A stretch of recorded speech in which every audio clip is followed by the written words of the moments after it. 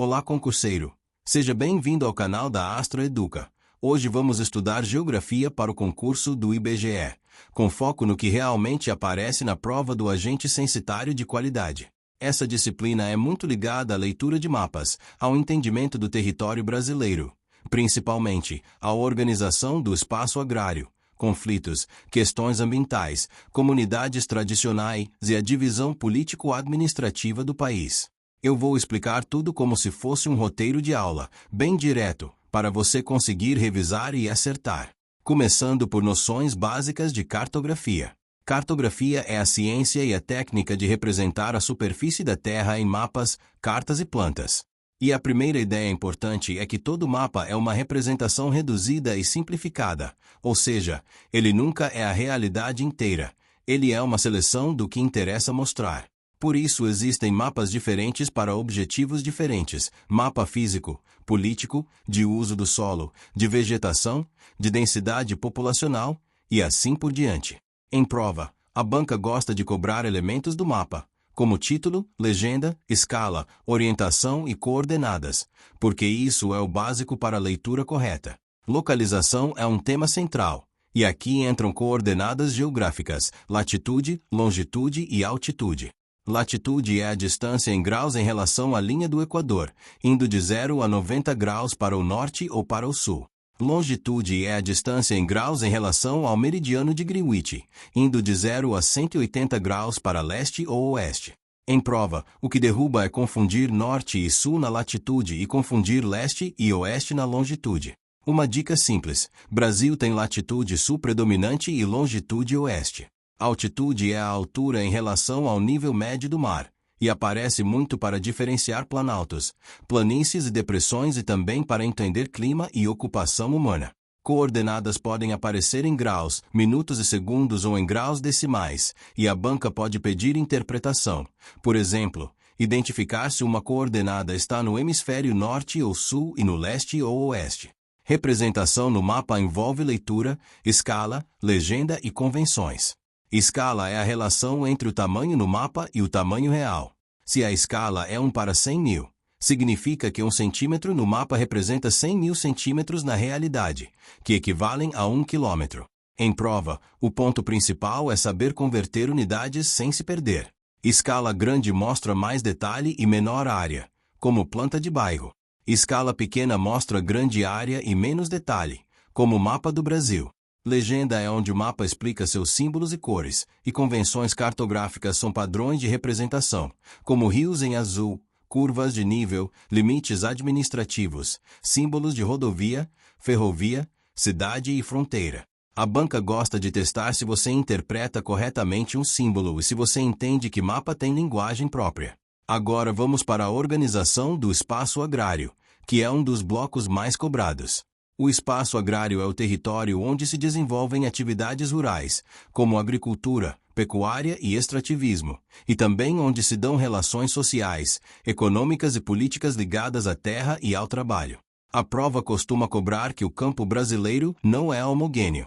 Existem áreas de agricultura moderna, mecanizada e integrada ao agronegócio global, e existem áreas de agricultura familiar, com produção diversificada, forte ligação com o mercado local e papel importante na segurança alimentar.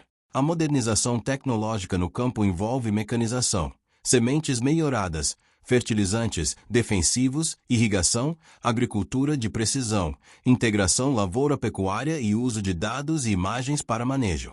Isso aumentou produtividade, mas também gerou efeitos sociais, como concentração de terra e renda em alguns casos, expulsão de trabalhadores, mudanças na estrutura do trabalho e migração. Conflitos no campo aparecem quando a disputa por terra, água, recursos naturais e direitos. No Brasil, os conflitos agrários são marcados por desigualdade fundiária, pressão sobre terras públicas, expansão de fronteira agrícola, mineração, grandes obras e também conflitos com povos indígenas e comunidades tradicionais.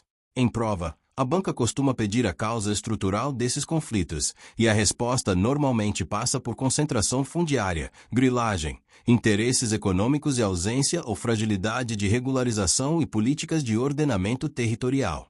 Questões de sucessão familiar no espaço rural são um tema atual e muito ligado à demografia e à permanência do jovem no campo. Sucessão familiar é a passagem da gestão e do trabalho da propriedade para a próxima geração. Em muitas regiões, existe dificuldade de sucessão porque jovens migram para cidades em busca de estudo, emprego e serviços, e porque a renda rural pode ser instável, especialmente para pequenos produtores. Isso gera envelhecimento no campo, abandono de áreas, mudança de perfil produtivo e até perda de conhecimento local. Em prova, o candidato precisa perceber que sucessão depende de acesso à educação, infraestrutura, crédito, tecnologia, mercado e qualidade de vida rural, e não é apenas vontade. Estrutura fundiária brasileira é outro tema clássico. Estrutura fundiária é como a terra está distribuída entre proprietários e produtores. O Brasil tem histórico de concentração fundiária, com grandes propriedades e desigualdade no acesso à terra.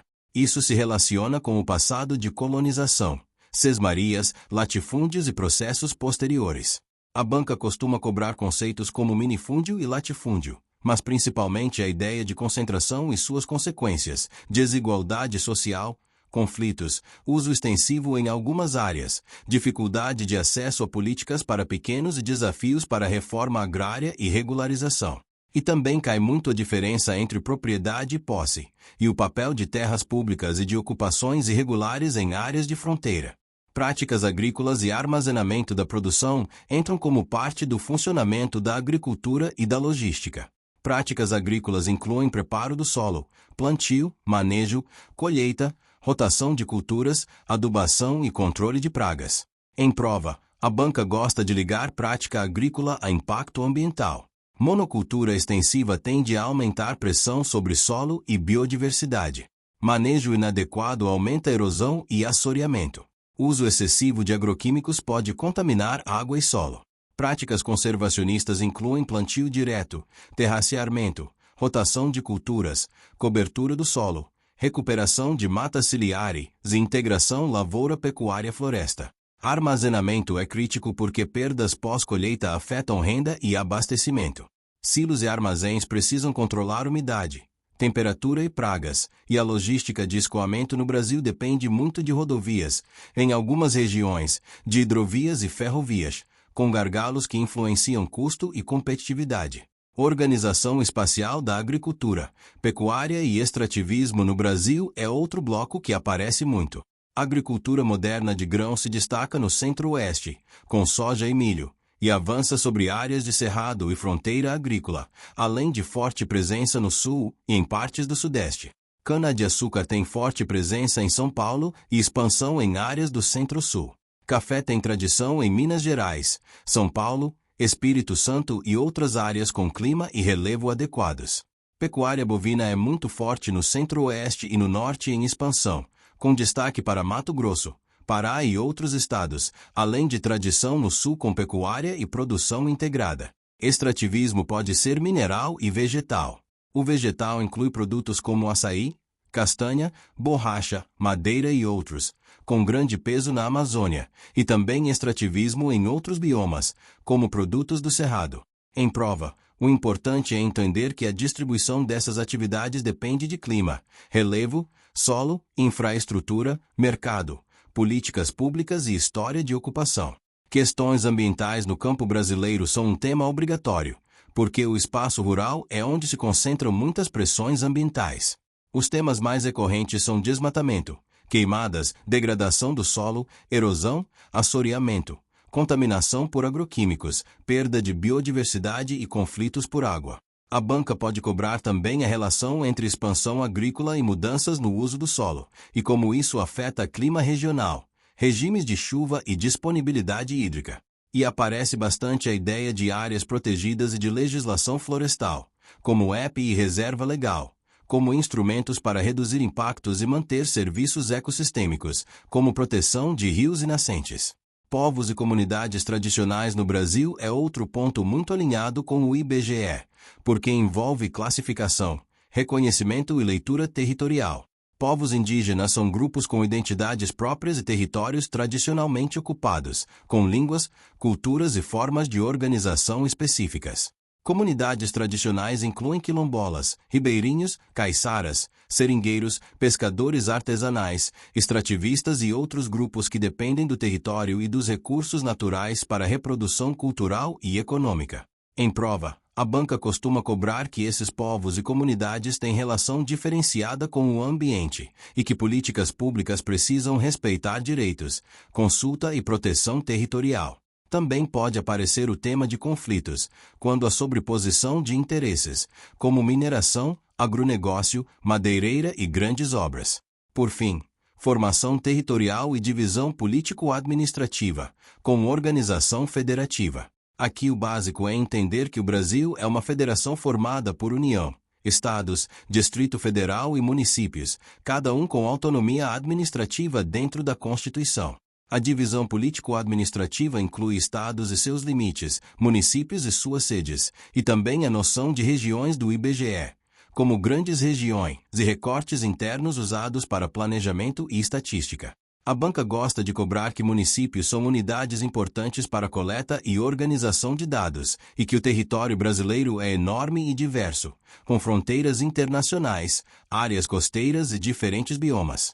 Formação territorial envolve processos históricos de colonização, ocupação, interiorização, ciclos econômicos e integração por infraestrutura, e isso explica porque algumas áreas se desenvolveram com maior densidade e outras se mantêm com ocupação mais dispersa.